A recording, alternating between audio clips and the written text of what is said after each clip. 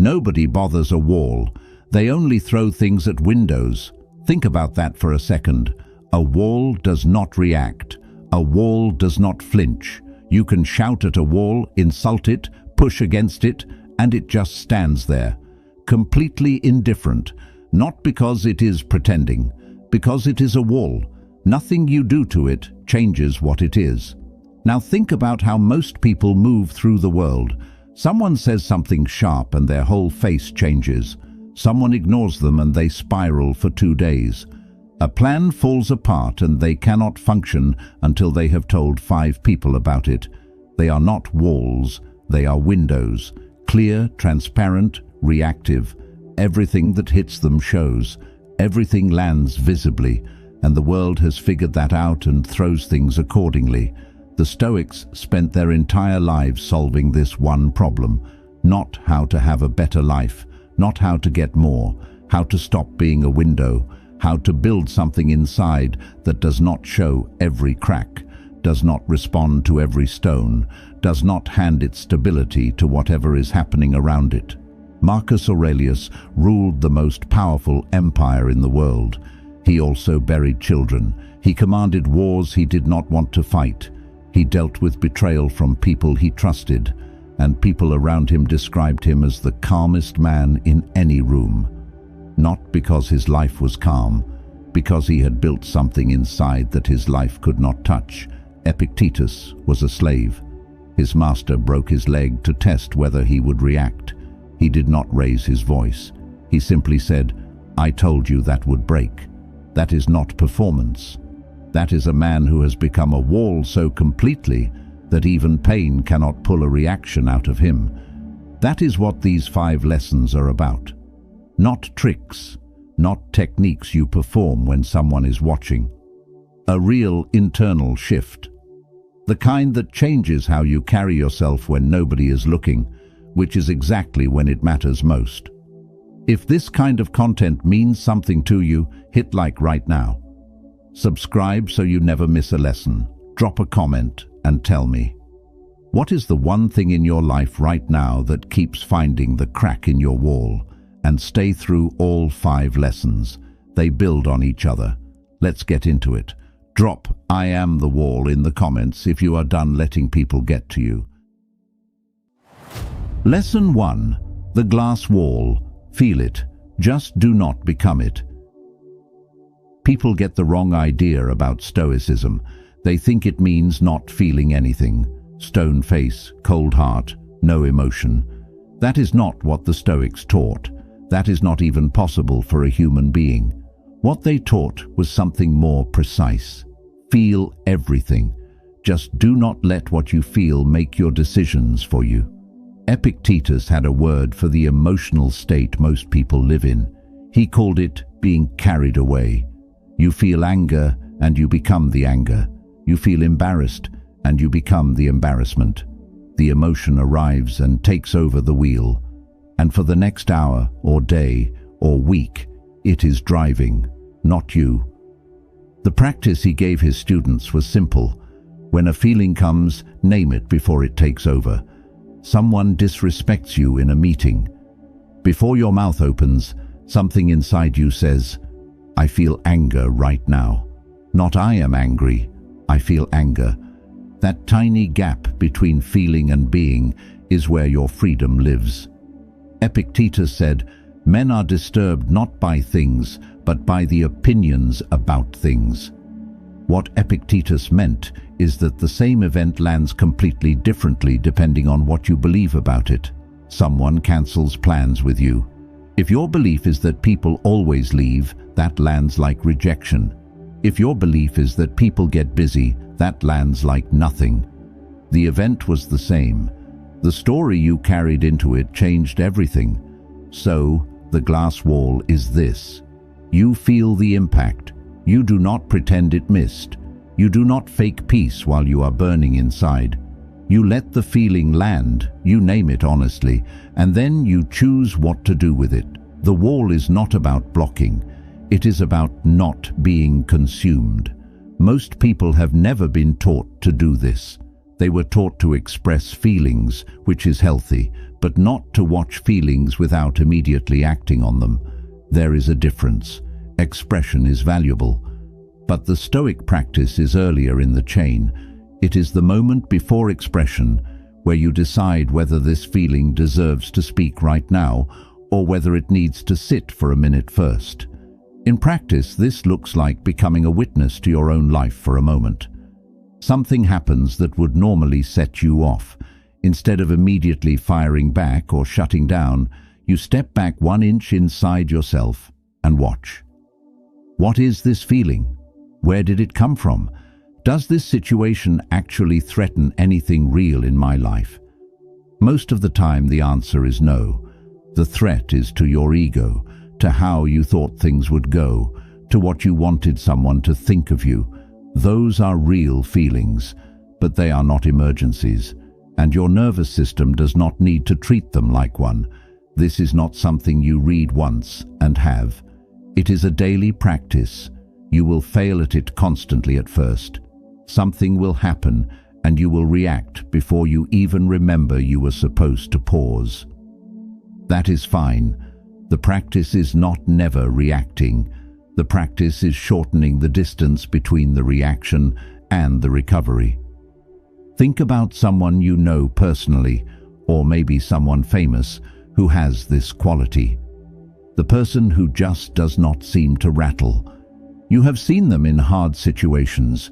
You have watched things go sideways around them, and they stay level, not numb, not pretending, just level. You probably assumed it was personality, something they were born with. It is not. Every one of those people made a decision at some point, consciously or not, that they were done being at the mercy of what happened around them. And then they practiced their way to that steadiness. A person who used to stew for 3 days now stews for 3 hours, then 1 hour, then 20 minutes. Then they feel the wave, let it move through, and come back to center. That is the glass wall fully built. It does not look dramatic from the outside. It just looks like someone who does not get rattled. And that impression changes how every person in your life treats you. Something else shifts too. The relationship you have with yourself. When you are constantly reactive, you are constantly out of control, and you know it. Even if nobody else does, you feel the lack of command from the inside. The embarrassment of having said something in anger you did not mean. The regret of having let someone small pull you into something beneath you. That erosion of self-respect is real. It costs more than the original provocation ever did. The glass wall practice gives you that back, not perfectly, but incrementally. And every small win builds something you can stand on. People sense stability. They are drawn to it and also a little scared of it. When they cannot provoke you, when they cannot find the crack, they either respect you deeply or they leave you alone. Both of those outcomes work in your favor.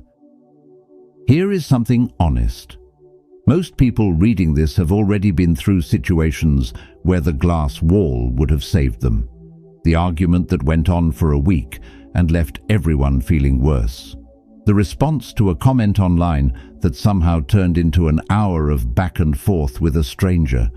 The moment of anger at work that your boss still remembers, even though you have forgotten what it was even about.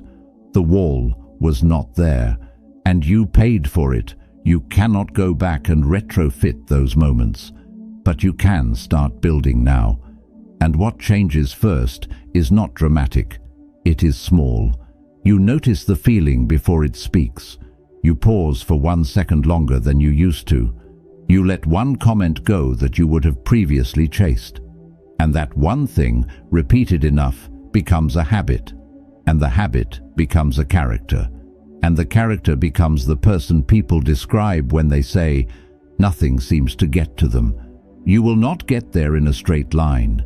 Some days the practice will feel easy, and some days you will wonder if you have made any progress at all. That is normal. That is not failure. The Stoics were not perfect. Seneca wrote extensively about his own contradictions, a man writing about poverty while being one of the wealthiest people in Rome. Marcus Aurelius filled his journal with the same reminders over and over because he kept needing them. The practice is not about never needing the reminder.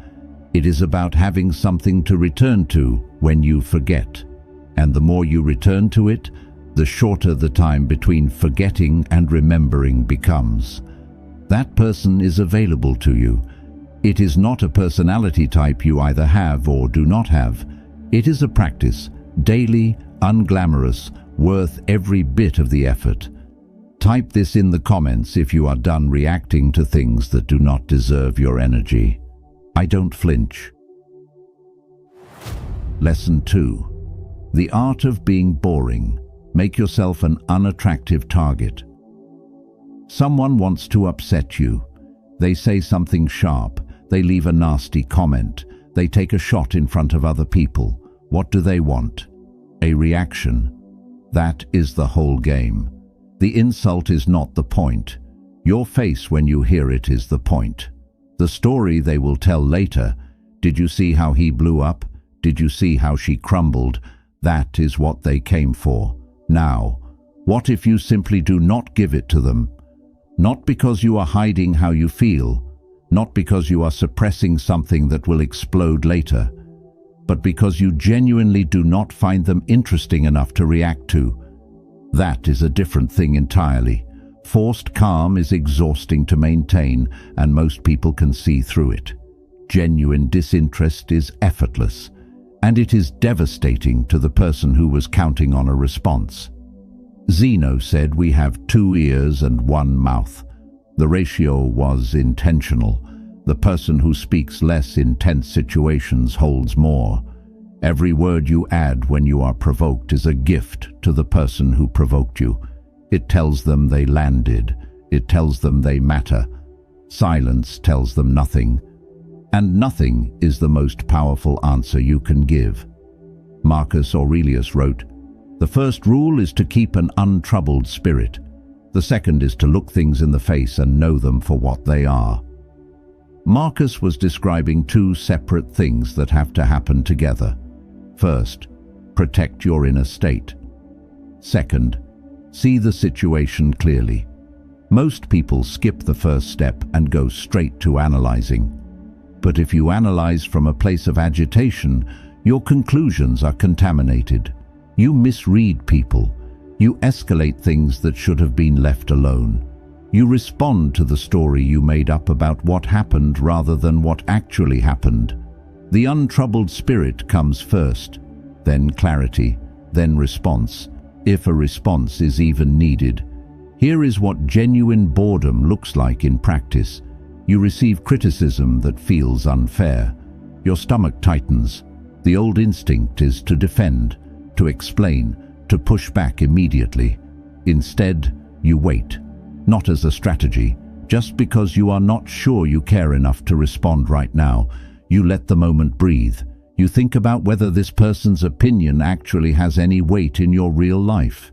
In most cases, it does not. And from that honest place of not caring, nothing comes out of your mouth that you will regret. What you are doing is starving the loop. Every argument, every petty exchange, every online back and forth runs on the same fuel, both parties needing to win. When you withdraw your need to win, the loop has nothing to run on. It dies. And the person on the other end, who was banking on your engagement, is left with nothing to do but move on. People who try to provoke you are not looking for a conversation. They are looking for an audience. Remove yourself as the audience, and you remove their power. It does not matter how sharp the insult is. It cannot cut someone who already walked away. And if you are someone who has been reactive your whole life, someone raised in an environment where reacting loudly was how things got handled, this practice is not just skill development, it is a kind of healing. You are rewriting a pattern that was installed before you had any say in it. That takes patience.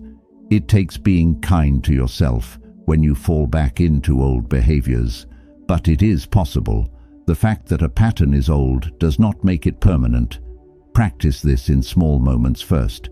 The passive-aggressive comment from a coworker, the backhanded compliment from someone at a family dinner, the person online who is clearly trying to bait you. Let it pass, not with gritted teeth, with genuine disinterest. Over time, your threshold rises, and the things that used to feel like provocations start to feel like background noise, like a television playing in another room that you stopped watching months ago. You will also notice something shift in your own inner world when you start practicing this. The voice that was always narrating reactions, "He did this, she said that, I can't believe they," gets quieter, not silenced, just less urgent, less automatic. And in the space that opens up where that noise used to live, you start noticing other things, what you actually want, what actually matters to you, what kind of person you are when nobody is trying to get a reaction out of you. That is valuable information. Most people never get access to it because they are too busy reacting to find out. The most untouchable people you have ever met were not untouchable because nothing bothered them. They were untouchable because nothing got their attention without earning it. They made themselves boring targets, and boring targets do not get hunted. There is something Epictetus observed about people who try to control others through provocation. He said they are always working harder than they appear. The insult, the snide remark, the deliberate slight. These are not effortless. They come from someone who is managing a lot of something, usually insecurity, usually fear, usually a need for power that they cannot create on their own, so they try to steal it from someone else's reaction. When you see it that way, when you see the provocation not as an attack on you, but as a window into the other person's interior state, the whole thing looks different. You stop feeling targeted and start feeling almost sorry for them, because whatever they were hoping to get from you, they clearly need it badly. And the most powerful thing you can do is simply not provide it. Silence is not surrender. It is not weakness. It is the move that requires the most internal strength, because every instinct you have will be screaming to respond. The person who learns to ignore that instinct when it is not serving them has developed something rare, real self-command. And real self-command is the foundation of acting like nothing bothers you. Epictetus used to tell his students that every morning before they left the house, they should prepare, not for a specific outcome, for the full range of what might arrive. Someone might be rude to you today. A plan might fall apart. You might hear news you did not want to hear. He was not telling them to dread these things. He was telling them to stop being surprised by them, because a person who is never surprised by difficulty is never blindsided by it. And a person who is never blindsided moves through hard days with a composure that looks, from the outside, exactly like someone who acts like nothing bothers them. The Stoics were not asking you to become indifferent to life. They were asking you to become discriminating about it, to stop treating every bit of incoming noise like it deserves a full emotional response. Your emotions are real. They are valuable signals, but they were designed for genuine threats, the kind that required action, not for someone's opinion on the internet, not for a passive-aggressive coworker, not for every small thing that does not go the way you wanted. When you spend emotional energy on those things, you are burning fuel you will need for the real moments. The Stoics conserved it, and it showed. Start with the smallest version of this today. One thing comes at you that would normally pull a reaction. Let it go, not with effort, with disinterest. See what that feels like. See what does not happen as a result.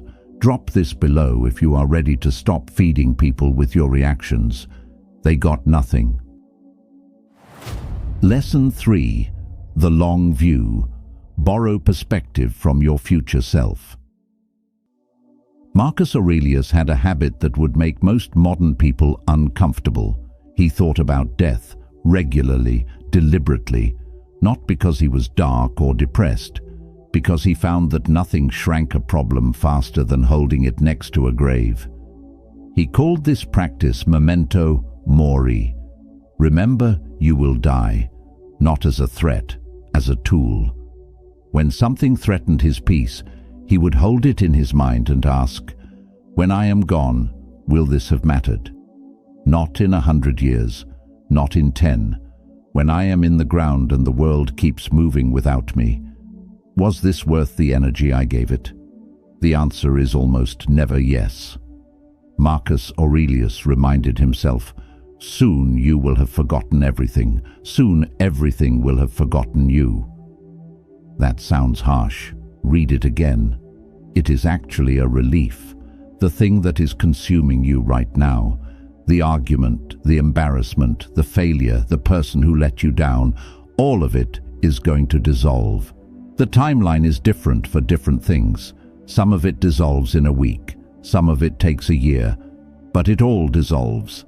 And the question Marcus kept asking himself was, why am I spending my real, living, breathing hours on something that has already started dissolving? Here is the exercise. Tonight, before you sleep, think about the thing that bothered you most today. Hold it in your mind. Now imagine yourself at the very end of your life, looking back. Does this moment make it into the story? Is it even a footnote? Or is it one of the 10,000 things that happened that you never thought about again? For almost everything, it never makes it into the story. The harsh email, the awkward conversation, the plan that fell through, the comment that stung, gone, not even dust. And knowing that in advance, actually feeling it instead of just thinking it, changes how much weight you give it today. This is not the same as not caring. Marcus cared deeply. He cared about his people, his empire, his family, his work. The long view does not make you cold to the things in front of you. It makes you accurate about which things actually deserve your heat. Because some things do deserve it. Some things are genuinely important and worth every ounce of your attention and fight. The long view helps you find those things. When you hold something up against the end of your life and it still matters, that is signal. That is worth your energy. Everything else is noise that you have been giving signal-level attention to. Seneca wrote that we suffer more in imagination than in reality. The problem we have not solved yet feels larger than it will once it arrives. The conversation we dread feels worse than it will when we have it. The long view is the cure for that specific kind of suffering, because when you zoom out far enough, even your worst-case scenario looks survivable. You have survived everything that has happened to you so far. That record matters. Start using this tomorrow. One thing upsets you. Before you respond, before you spiral, ask, where will this sit in my life in 5 years? Be honest. Give yourself the real answer. Let that answer change what you do next. This lesson also works forward, not just backward. Most of the anxiety people carry is about things that have not happened yet. The conversation they are dreading, the outcome they are terrified of, the worst-case scenario they have been rehearsing in their mind for days.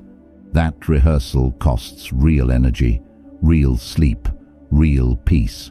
For something that has not even happened yet, the long view helps here too. When you feel anxiety rising about something coming up, take it to the end of your life. Not dramatically, just ask the question, if the worst version of this happens, does my life still have meaning? Does it still have direction? Is there still a path forward? The answer to all three is almost always yes. And that yes deflates the anxiety, not completely, but enough. Enough to act instead of freeze. Enough to move toward the thing instead of away from it. One more angle on this. The long view does not only apply to difficulties, it applies to the good things too. Seneca warned his students not to be so attached to their current happiness that they could not function when it changed. Every season of your life, the comfortable one, the successful one, the one where everything feels like it is working, is temporary. Knowing that is not pessimism. It is the thing that makes you truly grateful for it while it is here, instead of half present, because you are too busy worrying about losing it.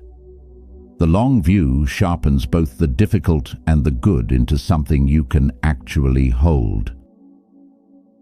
Marcus Aurelius ran an empire at war while writing private journal entries reminding himself of this. He was not a man who had transcended fear or difficulty. He was a man who had found tools, practical, repeatable tools that he reached for again and again when life tried to overwhelm him. The long view was one of his most used, and it is one of the most available to you right now at no cost, starting today. Comment this if you are done wasting your peace on things that will not matter next year. Dust. Move on. Lesson 4. Open hands. How holding tighter makes everything break. Seneca once wrote a letter to a friend about what he called the man who grips. He described someone who held everything in his life with both fists. His reputation, his plans, his relationships, his image of how things were supposed to go. And every time life moved, the way life always moves, this man was dragged with it. Every change was a disaster.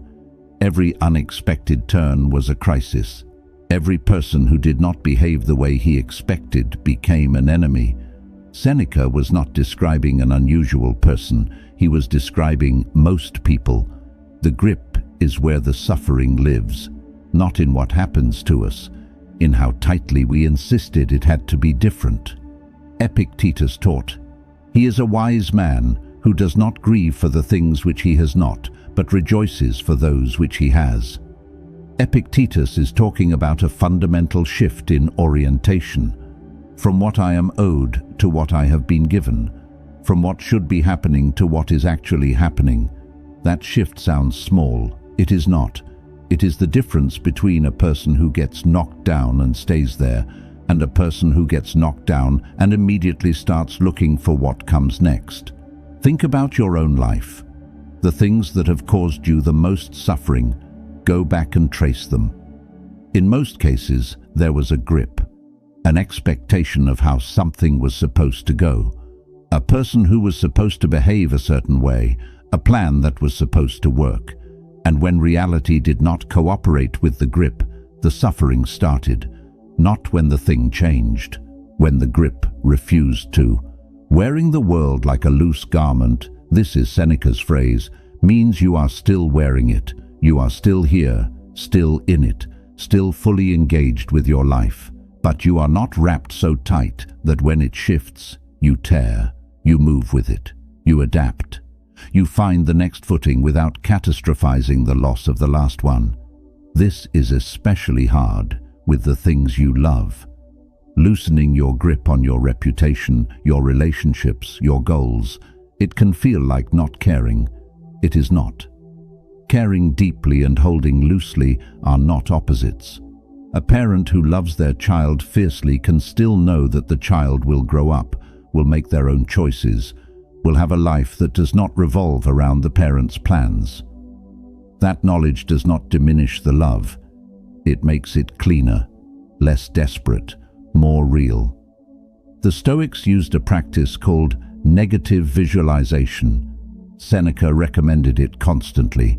The practice is simple and uncomfortable.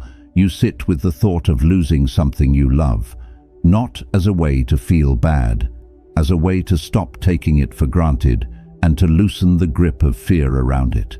When you genuinely sit with the possibility that your health could change, that the person you love could leave, that the job could end, something shifts. You stop clutching, you start appreciating. And appreciation is a different energy entirely from possession. Practically, start with small grips today.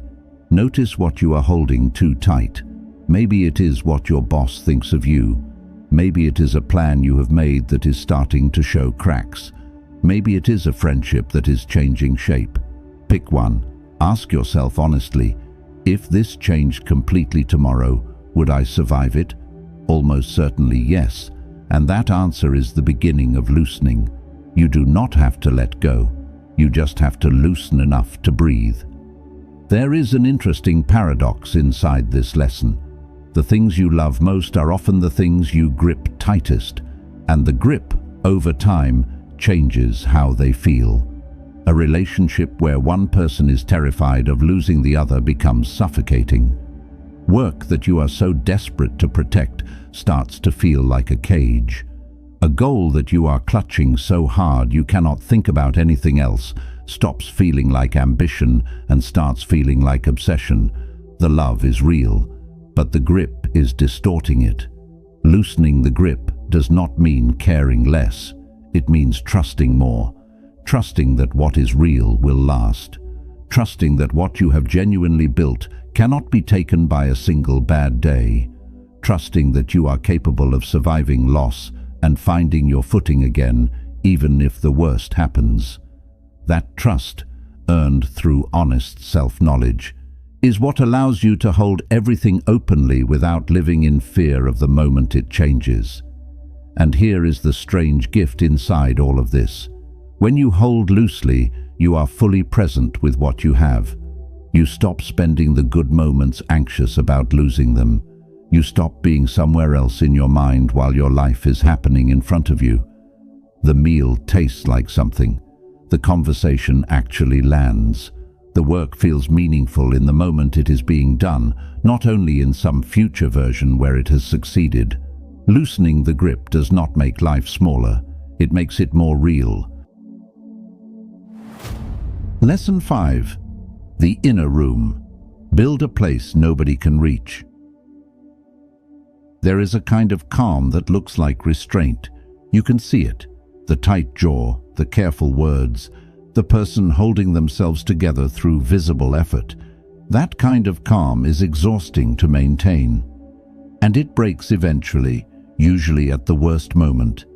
Then there is a different kind. The kind where there is simply nothing to break, where the person across from you realizes, sometimes slowly and sometimes all at once, that they cannot get to you. Not because you are performing distance, but because you are actually somewhere they do not have access to. Marcus Aurelius called it the inner citadel, a fortress inside the self that no external event could breach. Not because it had thick walls, because it had a different foundation entirely. The foundation was this: what happens outside me does not determine what happens inside me. Those are two separate territories, and only I govern one of them. Marcus Aurelius wrote, "Nowhere can a man find a quieter or more untroubled retreat than in his own soul." He wrote this while commanding armies, while managing an empire that was constantly under threat, while watching people around him die. He was not writing from a quiet room. He was writing from the middle of chaos. And he was saying that the chaos was not the problem. It was out there, and he was in here. Building the inner room is a long project. It is not a technique you apply once. It is something you construct over years of practice. Every time you choose not to react, you lay a brick. Every time you let something pass without chasing it into your mind, you lay a brick. Every time you come back to your own values instead of looking outward for direction, you lay a brick. The room gets built in silence, literally. People who are always talking, always reacting, always performing some version of themselves for whoever is watching, they never find the room. Because you can only locate it when you stop moving long enough to feel where your center actually is. The world is loud on purpose. Every app on your phone, every notification, every platform is engineered to pull your attention outward, to keep you reacting, scrolling, responding. A person who is always looking outward for stimulation never builds the inner room because they never spend enough time inside to know where it is. This is not an accident, it is the design, and opting out of that design, even partially, even temporarily, is one of the most countercultural things you can do today. Sit with this for a moment. When was the last time you were alone with no input, no phone, no music, no conversation, and felt genuinely okay? Not bored, not restless, not anxious about what you should be doing, just okay. If that feeling is unfamiliar, that is important information. It means the room has not been built yet, or you have not visited it recently enough to know where it is. The practical work of this lesson is simple but uncomfortable. Spend time alone in silence every day, even 10 minutes. Not meditating in a formal sense unless that suits you. Just sitting, letting your mind settle, noticing what rises to the surface without immediately trying to solve it or escape it. Over time, you start to recognize the difference between thoughts that are yours and noise that entered from outside. And once you can tell the difference, you stop letting the noise set your emotional temperature. When the inner room is built, something changes in how people experience you. You become harder to read. Not cold, just quiet in a way that is hard to penetrate. People cannot figure out what you want from them, which means they cannot manipulate you with it. They cannot find the wound to press on because you have stopped leaving wounds visible. This is not a mask. A mask comes off. This is something that has actually changed underneath. Zeno, who founded Stoicism, was known for being almost completely unreadable in conversation. Not rude, not dismissive, just still. When people tried to bait him, he would pause long enough that they forgot what they were trying to do. The pause itself was disarming. It communicated something that words never could, that he was somewhere nobody else had access to, and whatever was happening in the room had no power over that place. That is what you are building. Not a performance, a place, a real interior location that is yours and only yours. And once you have it, once you know how to find it quickly and stay in it under pressure, you will understand for the first time what it actually feels like to act like nothing bothers you. Because from inside that room, most of what used to bother you will genuinely stop reaching you. The inner room is not built in meditation retreats or weekend workshops. It is built in the ordinary moments of every day. The commute where you sit in silence instead of reaching for your phone. The 10 minutes before sleep where you let your mind settle instead of scrolling. The moment of conflict where you choose to breathe once before speaking. The evening where you sit alone and let yourself be alone without making it uncomfortable.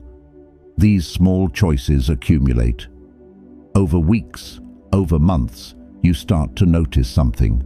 You have a center, an actual, locatable place inside yourself that does not move when external things do. You can feel it. It is quiet. It is stable. And it is yours in a way that nothing outside of you ever could be. Marcus Aurelius wrote about this constantly. For him, the inner citadel was not a metaphor. It was a real place he returned to, especially under pressure. When his generals were failing him, when the plague was spreading, when political enemies were working against him, he went there, not to escape, to recalibrate, to remember what was actually true about his situation beyond the noise of the moment. And from that quiet center, he made better decisions, spoke more clearly, held his authority without needing to perform it. One thing worth saying clearly: this is not emotional detachment. A person with genuine inner stability is not distant. They are often more present than reactive people, not less, because they are not spending half their attention managing their emotional state. They are just here, listening, thinking, engaged. The reactivity that most people mistake for passion is often just noise. The stillness the Stoics cultivated was not emptiness. It was clarity, a clear signal in a world full of static.